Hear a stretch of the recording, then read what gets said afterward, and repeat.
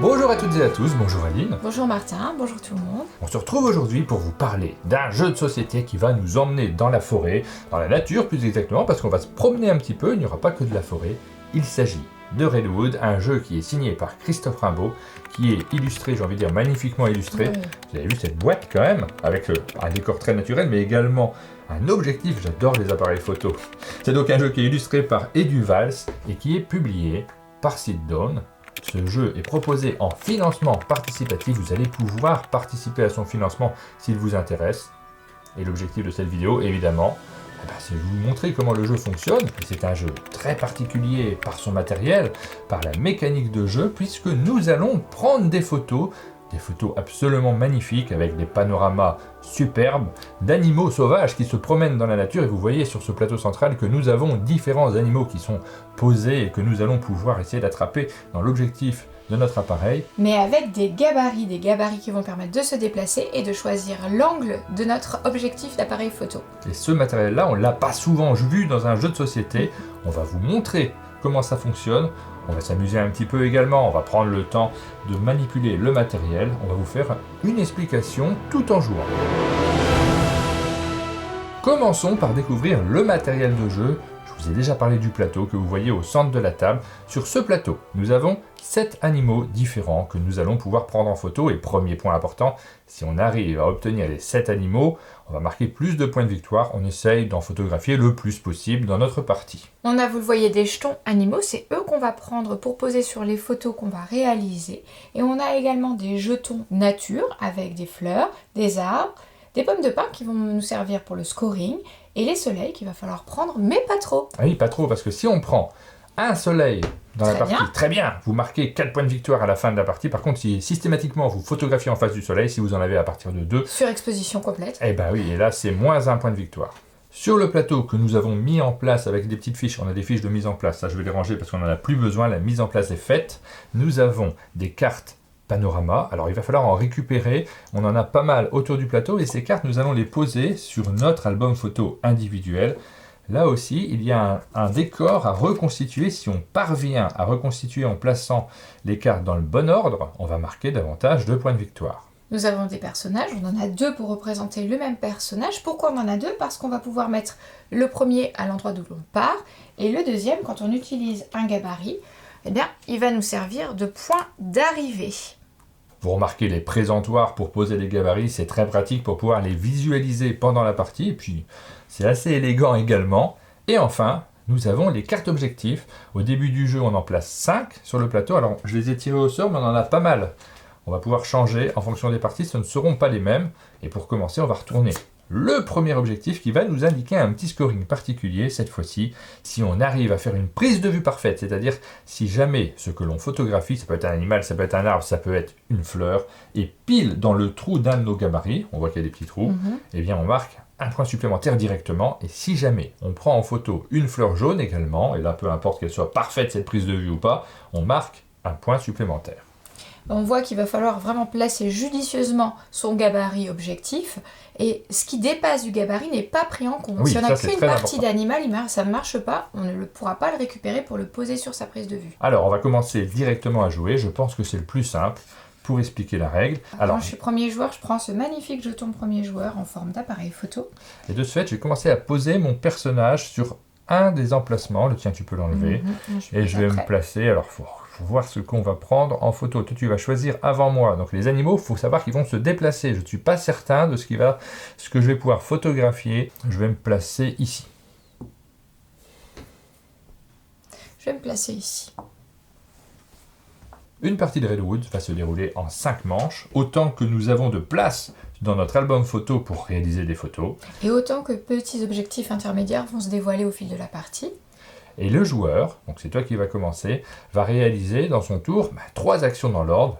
Pour la première phase, tu vas choisir des gabarits. Donc un gabarit de déplacement et un gabarit pour prendre la photo, mais tu ne vas pas pouvoir directement les placer sur le plateau. Il va falloir que tu le fasses en essayant de juger ce que tu cherches à prendre en photo et le mouvement que tu vas faire. Donc vas-y, tu peux choisir ces 2 gabarits et les poser devant toi. Alors moi je vais essayer de venir photographier par là parce qu'il y a un crocus, j'imagine que c'est un crocus, donc je vais essayer de tourner un petit peu. J'ai l'impression que c'est ça qu'il me faut. Alors attention, tu ne peux pas marcher sur cet ours, hein. Tu dois le contourner complètement. Oui, je vais contourner l'ours et il va me falloir un gabarit un peu large. Moi j'ai envie de prendre ça en photo, enfin un peu large mais pas trop. Je vais tenter celui-ci. D'accord. J'espère que ça va donner ce que je veux, ce qui n'est pas forcément le cas.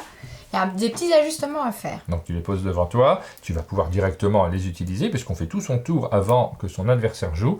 Alors des règles pour le placement du gabarit de déplacement, donc tu ne peux pas heurter un autre personnage évidemment, on ne se marche pas dessus, tu ne peux pas marcher non plus sur un animal, il faut que tu le contournes. Alors moi je vais habilement contourner l'ours, ça me paraît possible. Donc je clipse mon petit gabarit à mon jeton. Voilà, j'essaye de ne pas le bouger. Je vais aller tout contre l'ours, mais sans le... Oui, tu vas te frotter contre l'ours. Je me frotte à l'ours, et je pose mon deuxième jeton ici. Une fois que c'est fait, je peux enlever le gabarit. C'est très facile à faire, c'est propre. Hop, je récupère mon gabarit, il reste devant moi, parce que tu vas pouvoir me le prendre si jamais tu en as besoin. Mais dans ce cas-là, il faudrait que tu me payes. Exactement, je vais pouvoir jouer derrière, et ça coûte une pomme de pain. Alors ça ne nous coûte pas, c'est pas moi qui le paye, c'est juste toi qui le récupère de la banque. Oui. Et on va voir si j'ai bien estimé. Donc je vais maintenant, de la même façon... C'est la partie magique. Et voir si tout rentre. Hop. Alors, c'est parfait, regarde. Je fais un perfect shot. J'ai pris à la fois le crocus et mon animal est dans le petit trou. Donc, j'ai mon bonus. Je vais pouvoir prendre mes 2 points. Mon point parce qu'il entre dans le petit trou du gabarit. Mon point pour le crocus. Super, j'ai déjà 2 pommes de pain. Voilà, tu commences à marquer des points de victoire. Ensuite, pour bien faire le tour dans l'ordre, on va regarder. Alors, si vous en avez besoin, vous avez un petit lacet ici, on n'a pas encore insisté dessus, qui vous permet de regarder dans quelle direction exactement tu prends ta photo. Et là, on voit que c'est clairement cette photographie-là qui rentre en compte. Et ce qui sert pour se repérer, c'est le petit cercle ici qui change de couleur. Avec les intersections qui délimitent les 2 zones. Et si jamais on arrive pile à l'intersection, on peut choisir de quel côté on prend la carte. Alors... Ce que je n'avais pas fait dans notre partie précédente, ce que je vais faire cette fois, c'est que je vais bien faire attention à la poser un peu au milieu pour pouvoir compléter des 2 côtés. Parce que la première fois, bêtement, je l'avais mis là, ça ne me laissait plus qu'une seule option. Voilà. Quand la première carte que vous posez, vous la mettez où vous voulez. À partir de la seconde, il faudra la poser adjacente à une carte précédemment posée. Et si jamais tu parviens à aligner, à reconstituer entièrement le panorama, tu vas pouvoir marquer en fin de partie jusque 15 points. Il y a un score qui est progressif. Alors on voit qu'ici j'ai 1, 2, 3, 4 emplacements. Oui. Est-ce que j'ai pris en photo 4 choses différentes? On voit que l'animal c'est sûr, oui il me semble bien aussi. Le crocus c'est sûr et j'ai droit à une espèce de petite fleur violette. Oui. En fin de partie, tu vas marquer autant de points qu'indiqué sur les animaux. Donc ici, tu as placé un raton laveur, ça vaut 2 points. Tu marqueras 1 point par fleur. Par contre, tu vas soustraire 1 point par emplacement non photographié parce que ici, tu avais la possibilité de faire une photo, tu ne l'as pas faite. 1 point en moins. Ton tour est terminé. On va maintenant déplacer les animaux que tu as photographiés, l'animal, puisque tu as photographié que ce raton laveur. Et à chaque animal correspondent 2 biomes. Celui-ci peut être posé dans cette zone-là. Il va forcément se déplacer dans l'autre zone, celle-ci. Je te laisse le placer où tu veux. Je vais mettre tout près de toi parce que je pense que tu vas devoir te déplacer, que donc ça te fera un animal le moins photographiable. Super, merci. C'est gentil. De rien. Alors, donc je vais prendre le petit gabarit qui est là-bas. Tiens. Je vais prendre le gabarit très large. Celui-ci ? Ouais.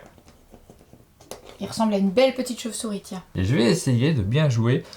Alors, et là, je vais pouvoir tourner un petit peu parce que j'ai quand même un gabarit qui est vraiment très large et je voudrais bien réussir à prendre le maximum possible.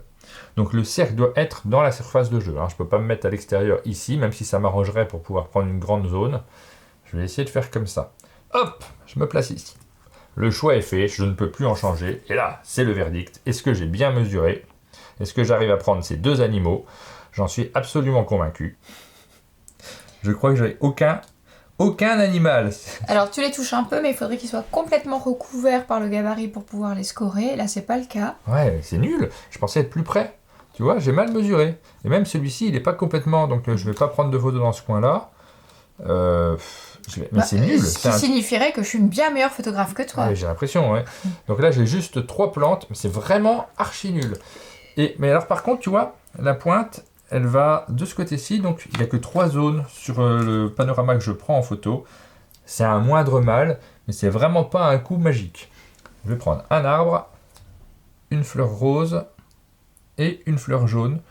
Et de ce fait, j'ai quand même 2 points supplémentaires, puisqu'il y en a un qui est une prise de vue parfaite. Et l'arbre, on n'en a pas parlé, mais ça vaut également des points en fin de partie.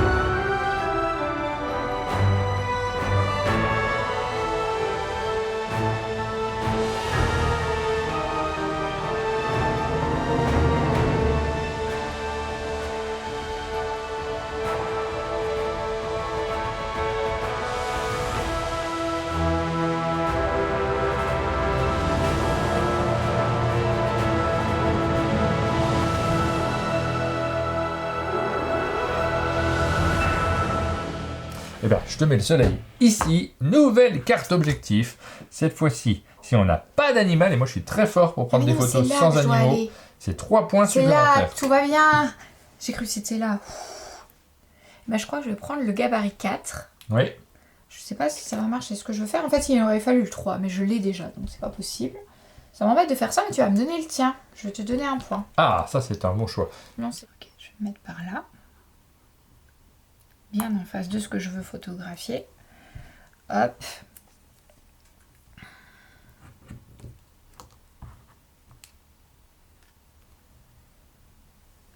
Alors, comment je fais rentrer mon cerf? Ah, ça va être compliqué de faire rentrer le castor. Hein. Là, il dépasse un peu. Et le cerf aussi. Il a le museau qui dépasse et le cerf aussi. Est-ce que ça serait pas la loose complète? Si, c'est la loose. Et alors... en plus, alors ce que je te conseille, c'est d'avoir le renard dans la pointe de ton angle de vue, parce que ça fait partie de l'objectif. Au moins, tu auras ça. Eh ben non, je vais pas faire ça. Parce que moi, c'est ça qu'il me faut. Si Ah j'ai oui. le renard, eh ben... Ah bah, il faut qu'il soit complètement en dehors de ton champ de vision, en fait, pour que tu marques les points de l'objectif. C'est dommage. Alors, c'est vraiment un choix pas terrible de gabarit. Je Ouais. pense que l'erreur est là. Non, c'est pas grave, parce que tu as tes 3 points de ne pas prendre d'animaux. Oui, c'est vrai. C'est pas absurde non plus. Donc, je vais faire ça, effectivement. Mais c'est quand même pas exactement ce que j'avais imaginé. Alors, si je complète mon paysage, j'aurai un panorama parfait, ça fait 5 points en plus. Hein. C'est ça l'écart de points entre Comme moi, tu vois. Ouais, 4 paysages et 5 qui se complètent. Par contre, je reprendrai un deuxième soleil. Je vais perdre mes 4 points d'avoir pris une seule fois le soleil en photo. Et j'aurai un point négatif en plus, donc en fait ça revient exactement au même. Alors je sais pas trop où je vais aller, mais je vais directement prendre le gabarit qui me permet de gagner des points de victoire, que tu n'as pas. Je vais prendre le 5, ouais c'est bien le 5. Tiens. Et on verra bien où je vais. Tiens, bah rends-moi le petit, Je là. me sens assez libre. Tu vas un petit peu à l'aventure. Ouais. Est-ce que tu n'aurais pas besoin du 5? Non, je vais prendre celui-ci. Mais non, t'as besoin du 5. On va commencer par mettre ça. On va voir si j'ai progressé hein, entre ma première photographie et la toute dernière. Me voilà, avec mon objectif. Regarde là, on cible bien cet écureuil. L'arbre, il est complètement... Par contre, là, cette plante-là, elle est à l'extérieur. Hein. Zut. Ouais. Ah, zut. De toute façon, combien t'as de place? Oh, t'as 4 places. Ouais, j'ai 4 places. Donc, il y en a 2 qui sont à l'extérieur, ce qui me vaut 3 points. Ça suffit avec les points. Mais par contre, quand un animal est dans son axe de vision, ça faisait combien de points? Où est-ce qu'il est? Là, ici, ça 2 fait points. Je veux bien 2 points. Ça te fait beaucoup de points. Et j'ai pas pris d'animaux en photo. Je vais reprendre 3 points. Mais je viens de te donner 3 points tout au début, c'était pourquoi? Tu m'as donné 3 points parce qu'il y a 2 emplacements Ah, vides. d'accord, ok. Bon, bah voilà. C'est pas mal, Ça non? fait beaucoup de points. Ouais, je suis content de cette dernière photographie. À l'aventure, il disait. Et on arrive au scoring final. On va d'abord s'attribuer des points en fonction des animaux différents que l'on a sur son plateau. En ce qui me concerne, j'en ai que 2. Donc 2 animaux différents, ça fait quand même 1 point. Je suis très content. J'ai 4 animaux différents. Bah ça fait plus. Bah oui. Ça fait 6 points. Tu m'écrases. Ensuite, les terrains, je crois qu'on a fait tous les deux notre panorama magnifique. On a 15 points chacun. Nous avons des points que nous avons récoltés au fur et à mesure de la partie. J'en ai 8. Tu dois en avoir bien plus. J'en ai 19. Oh mon dieu. Les points qui sont indiqués sur les animaux, ça vaut le coup d'avoir des animaux quand même. Moi j'en ai que 2, donc ça ne me fait que 6 points. 8 aussi.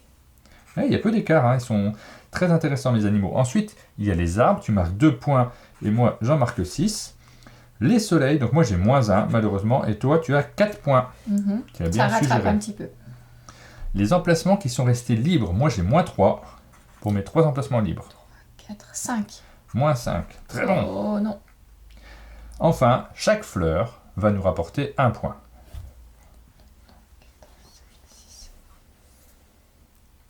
J'ai 6 points. On ne joue pas en mode avancé, donc c'est tout pour le scoring. En mode avancé, vous avez la possibilité de jouer avec l'autre côté des cartes et vous allez avoir des petits éléments qui vont se rajouter. Vous voyez que vous allez avoir des contraintes supplémentaires. Donc par exemple, ici, c'est forcément un ours qu'il faut prendre en photo à cet endroit-là. Bah, ça complexifie un petit peu le jeu. Il va falloir bien réfléchir, parfois même déplacer l'animal pour s'arranger et qu'il soit dans la bonne direction à son tour suivant. 44 points pour Aline et 51 pour moi.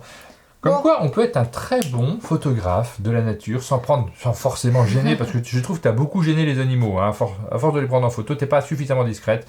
Je suis récompensé par le karma. 51-44. C'est une brillante victoire. Vraiment Oui, j'ai le droit d'aller me promener. Quoi.